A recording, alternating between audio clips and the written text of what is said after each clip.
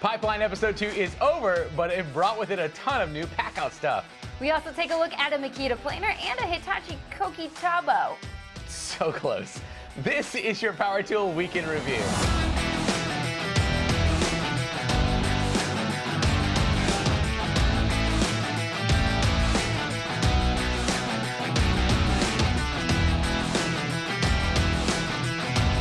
This episode is brought to you by Ohio Power Tool.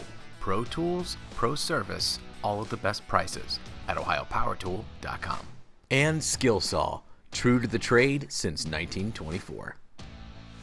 Welcome back, Power Tool fans. I'm Rob. And I'm Sarah. It is Friday, September 11th, 2020, and today we have some Power Tool news and all of the tool videos you won't want to miss. Let's get to it. Clearly, the event of the week was the second Milwaukee Pipeline episode that aired yesterday. The focus this time was on Pack-Out and Milwaukee's first push into the laser level space. Now, several new Pack-Out products were announced, but the single most requested Pack-Out solution has been drawers for as long as I can remember. And thankfully, they finally arrived. Available in either 2 or 3 drawer configurations, both feature all-metal bearings, reinforced corners, and customizable dividers. Now, we also got a new dolly called a 2-wheeled cart, new Pack-Out shelves, and a super clever new charger with 3 job site lights. For the full details on all of this new Pack-Out stuff, we will link to our full Pack-Out video below. Pack-Out wasn't the only news in yesterday's episode of Pipeline. Milwaukee has waited a long time to get into laser levels. They say it's because they wanted to get it right. Milwaukee announced a total of 5 new laser levels, 2 powered by the M12 platform and the other 3 by the hyper-portable red lithium USB. With the solutions ranging from 360-degree 3-plane lasers to a simple 3-point version, Milwaukee showed up to the party ready to make some noise. All 5 solutions include a green high-intensity laser, micro adjustments, and of course, they're nothing but heavy duty. To get every single detail on these new lasers, along with some new photos, I'll link to our Pipeline laser level video below. Despite Milwaukee's marketing message, they're not the only brand you should care about this week. They're not? No. Makita has been making news recently with the brushless version of their venerable planer, and Rob Robillard over at Toolbox Buzz decided it was worth a look. Rob is notoriously hard on tools, so when he tells you he likes something, it's always worth a listen. This time he's using the Makita 18-volt 3¼ brushless planer for a wide variety of jobs on the job site, and he really struggles to find anything wrong with it. He's particularly fond of the dynamic speed changing function that automatically shifts from high speed to high torque modes whenever the job demands it. A safety foot and ultra-fast electric brake also make the hit list, and after praising the dust collection, Rob sums it up like this. Makita, you did a nice job on this planer. You should be proud. For the full review and article, head over to Toolbox Buzz on YouTube. Finally, we head back to New Zealand, where Scott Brown dives deep into his favorite nailer, the Metabo HPT Hitachi Hikoki 18-gauge version. Here in the States, we just call it the Metabo HPT 18-gauge cordless brad nailer, and just like the rest of us here in the States, Scott's a huge fan. He's been using the nailer for over 18 months now, mainly for helping him install scribers that seal up the weatherboards. He's happy with the power, he's fine with the weight, but really he just wishes he'd stop losing the rubber tip. Fortunately for Scott, his fans filled his comments with a ton of ways to make sure the next one stays in place. For the full review, head over to Scott Brown Carpentry on YouTube. It's time again for some actual work with Rob Robillard. Hey guys, how are you this week? We're doing great. How about yourself? I'm doing great. I wanted to share a quick tip with you guys. Replacing rotted trim on a house. A lot of times we pull the trim off, people just put the trim right back on. What I like to do is I like to prime the end grain of whatever siding we're not removing on the house. If we're putting new siding on, we always prime our end grain. But like for example, these clapboards are bare on the ends. When you think about end grain on wood, it absorbs moisture like 10 times more because it's the end grain. It sucks it right through the grain. Think of like a celery stick in a Bloody Mary. Just sucks up that color of the Bloody Mary.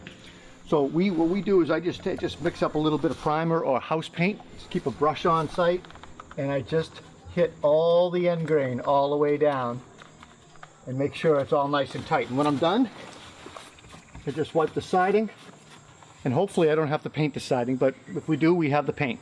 I hope this helps, guys. Take care. Thanks so much, Rob. It's time again for your construction industry news, courtesy of the Construction Junkie. Across the country, experienced construction workers are retiring, and we're filling those jobs with far less experienced workers, creating a training gap that isn't being managed very well. A new company called DeepHow thinks they have a solution in artificial intelligence.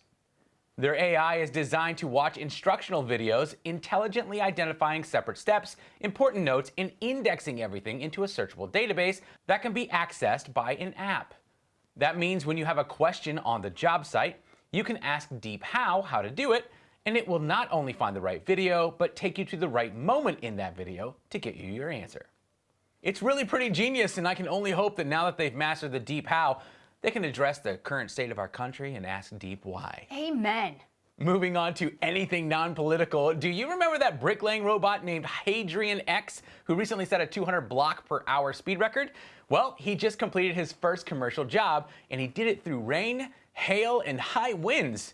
I personally would have quit.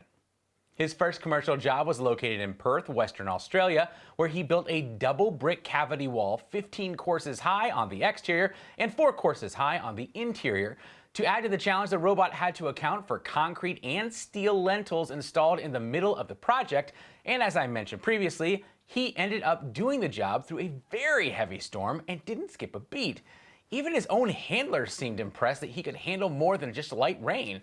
And it's that kind of underestimating that leads to Skynet, people. Why are we trusting the Australians with this thing? I think we should probably call the Oz Tool Talk guys and get their input. Oh, dude, I'm on it. For more on those stories and the rest of your construction industry news, just head on over to constructionjunkie.com.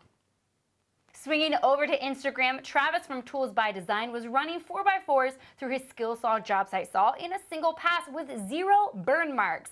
He said the saw is not only powerful, but much quieter than the competition. Joe, the Canadian carpenter, shared an old photo where he ignored a broken wrist and instead strapped on his Diamondback tool belt and got back to cutting with a Makita rear handle. I'm not totally sure if a tool belt will help mend your wrist, Joe. Paul the Tool Pig showed off his clever Werner LeanSafe X3 job site ladder that features a clever latching system that can be easily managed with one hand while you adjust the ladder with the other.